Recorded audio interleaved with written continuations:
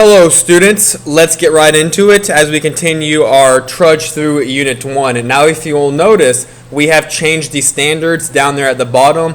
Analyze production possibilities curves to explain choice, scarcity, and opportunity cost. In this particular video, we are not directly addressing that standard, but we are leading up to directly addressing this standard in the next few homework videos.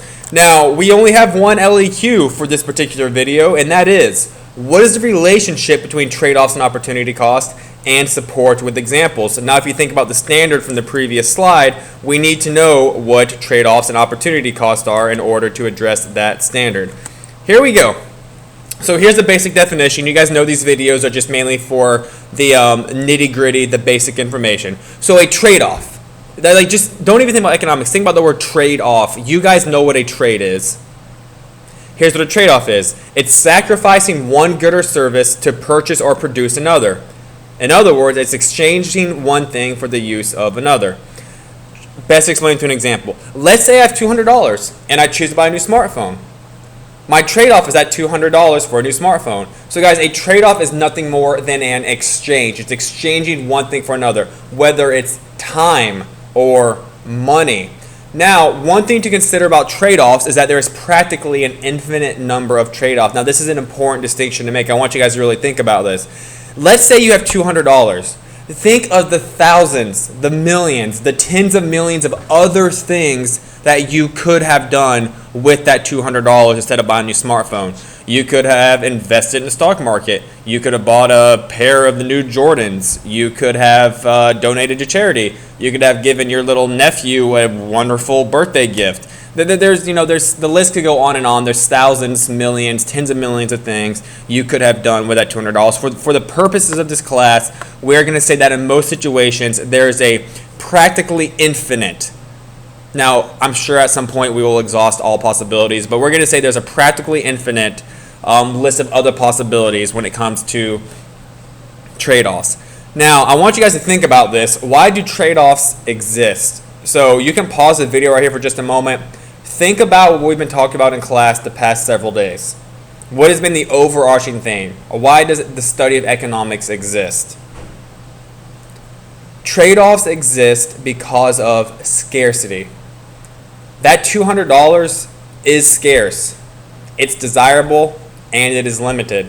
My time is scarce. There are only so many hours in a day. That's why when you exchange one thing for another, you have a trade-off.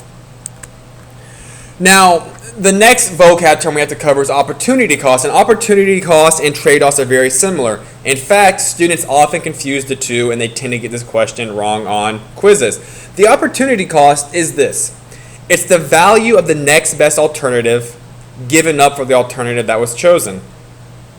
In other words, think about this. If there is an infinite number of trade-offs, there is only one opportunity cost. So I want to say that again. If there's an infinite number of trade-offs, there is only one opportunity cost. So let's think about this. Let's say after work, I can exchange my afternoon time, again, time which is a scarce resource. I could go to the gym, prepare lessons for work, study for school, watch TV, start a mosh pit, watch my vehicle. The list goes on and on and on for thousands, millions, tens of millions of different things I could do. So that list that you see in front of you, 1 through 7, those are my list of trade-offs.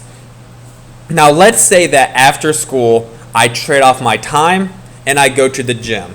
That's my trade-off right there, okay? I traded off 1 hour of my time to go to the gym for 1 hour. That is a trade-off. Now the opportunity cost would be the next best alternative. In other ways, should I have not traded off that 1 hour time to go to the gym, what else would I do with that 1 hour of time? Now, in reality, there's almost an infinite number of things I could have done with that 1 hour of time. Think about trade-offs. But realistically, in that 1 hour of time, what's the next best thing I could have done? So as I'm driving home from work, I'm thinking, okay, I'm going to go to the gym. If I did not go to the gym and I had to do one other activity in the hour, me personally, let's say that the next best activity would be for me to start a mosh pit. There we go. So my opportunity cost, the opportunity cost of going to the gym for 1 hour after work is that I did not get to go start a mosh pit for 1 hour. If you guys don't know what a mosh pit is, just look it up. It's ridiculous. All right. So let's do a quick review. Our LEQ was this. What is the relationship between trade-offs and opportunity cost, and support with examples? Here's what you guys need to know. There's practically an infinite number of trade-offs for any given action. Whether you are spending $5, spending $200, trading off an hour of your time, whatever it is, there's a practically infinite number of trade-offs. However, there is only one opportunity cost, and the opportunity cost is what would you have done if you had to have chosen A?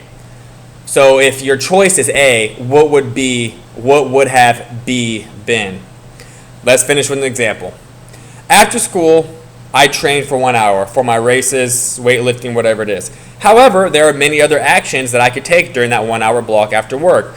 Now in front of you see a list of those potential trade-offs. Now, even though there are an infinite number of trade-offs I have there, practically infinite, the next best thing. So as I'm driving to the gym, okay, if I were not to go to the gym, plan B, the next best thing for me to do would have been cleaning house. All right. So guys, that is all I have for you for this video. I hope you found it useful. Be sure to take notes on it. I will see you in class tomorrow. Take care.